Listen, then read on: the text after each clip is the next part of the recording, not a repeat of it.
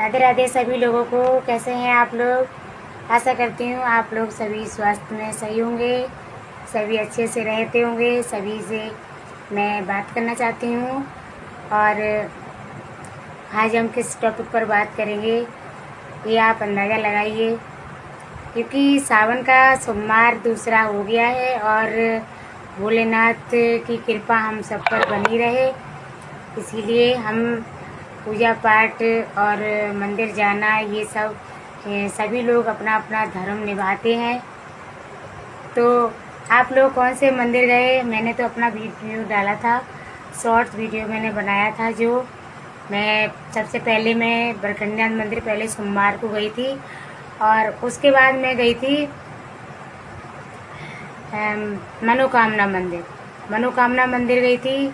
फिर मैं दोपेश्वर मंदिर गई थी। बरखंडीनाथ मंदिर में जो है काफ़ी पुराना मंदिर बना है, प्राचीन काल समय का मंदिर है।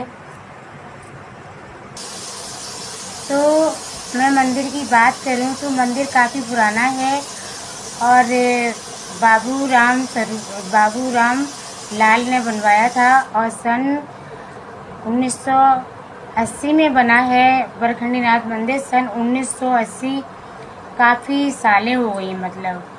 और उससे पहले उसमें केवल दोपेश्वर नाथ केवल शिवलिंग रखी हुई थी और उसके बाद ही उसे बनवाया गया है। और एक बात और मैं आपको बताऊं, जितने भी वहाँ पर श्रद्धालु आते हैं और बोलते हैं कि हे प्रभु हमारी ये मनोकामना पूरी हो जाए, तो उनका कहना है कि उनकी मनोकामना अवश्य पूरी होती है। और एक बात मैं और आपको बताऊं, और उसको जितने लोग आते हैं वो सभी फिर उसके बाद में कांवर चढ़ाते हैं, गंगा जल लेके आते हैं और काफ़ी दूर से गंगा जल लाते हैं, चढ़ाते हैं। तो प्रसिद्ध मंदिर है, प्राचीन काल का मंदिर है। कहा जाता है इस मंदिर में माता द्रौपदी जो थी, जो जब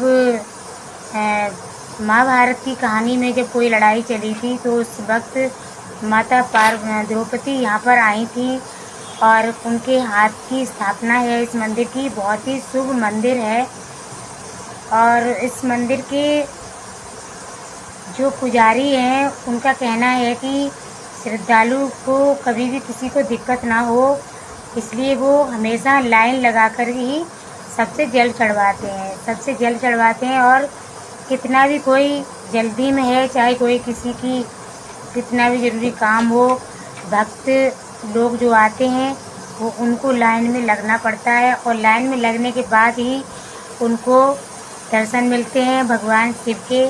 और गंगा जल चढ़ाने के बाद और उसके बाद प्रसाद मिलता है। टीका लगाने वाले लोग अलग से खड़े होते हैं। तो ये कहानी है हमारे बरखंडीनाथ मंदिर की। इसी तरह से हमारे यहाँ जितने भी प्राचीन मंदिर हैं उनकी अलग अलग कहानी है। और ये मान लीजिए कि भोलेनाथ सब पर कृपा करते हैं, जो अपने मन से, अपने भाव से अच्छे से जल चढ़ाते हैं और गंगा जल लाते हैं, उनकी सारी मनोकामना पूरी होती हैं। और मैं तो बहुत विश्वास करती हूँ भगवान शिव पर। श्री शिवाय नमस्तस्यम। उनको याद करके एक बार ज़रूर याद करके बोलती हूँ। और आप लोग भी भोलेनाथ की शरण में आ जाइए। और अगर आप पहले से हैं तो अच्छी बात है। सावन का महीना है, धूमधाम से सबके दिन अच्छे से गुजरें और सब ऐसे ही पवित्र मन से भोलेनाथ के सोमवार और गौरी माता की पूजा आने वाली है, तीजें आने वाली हैं। सबको शुभकामनाएं मेरी तरफ से। आप सभी को हार्दिक शुभकामनाएं और सबके परिवार में इस तरह से भगवान कृपा बरसाते रहें भोलेनाथ। और मंदिर जाना तो सावन के महीने में एक विचार अच्छे होने चाहिए। ज़रूरी नहीं है कोई सोमवार ही हो और सोच विचार करना ही नहीं चाहिए, क्योंकि सोमवार पूरा महीना ऐसा माना जाता है कि पूरा महीना जो सावन का होता है वो आप ये समझ लीजिए गुरु पूर्णिमा से और जो रक्षाबंधन आता है, जब पूर्णमासी आती है, उस दिन तक आप किसी भी दिन भोलेनाथ पर जल चढ़ाएंगे तो उसका आपका फल अवश्य मिलेगा, ऐसा कहा जाता है। और पवित्र दिनों में तो किसी भी समय आप पूजा पाठ करो वो शुभ ही होता है। बाकी तो दिन सारे भगवान के ही बनाए हुए हैं, आप और हम तो कुछ भी नहीं है भगवान के आगे।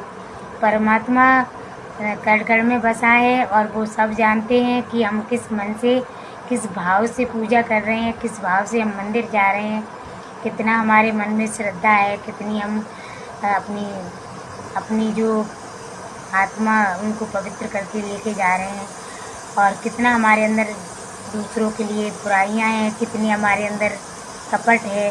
सारी चीज़ें भगवान के आगे छुपी नहीं है। भगवान जो करते हैं वो सब सही करते हैं। फिर भी लोग कहते हैं कि जैसे किसी के साथ कुछ हो गया, किसी ने किसी की चोट मार दी या किसी के चोट लग गई या मान लीजिए कोई तकलीफ़ हो जाती है, तो अक्सर हम सब लोग यही कहते हैं कि परमात्मा ने ऐसा कर दिया, पर परमात्मा ऐसा नहीं करते हैं। तो आइए परमात्मा का स्मरण करें। ओम श्री शिवाय नमो तुष्यम, ओम नमः शिवाय, ओम नमः शिवाय, ओम नमः शिवाय करते हुए पूरे महीना अपना ऐसे ही गुजारें, अच्छे से खुशियों से भरा हुआ सावन का महीना बीते सबका। और सभी लोग रक्षाबंधन खूब धूमधाम से मनाएं। जय श्री शिवाय नमो तुष्यम, ओम नमो नमः शिवाय।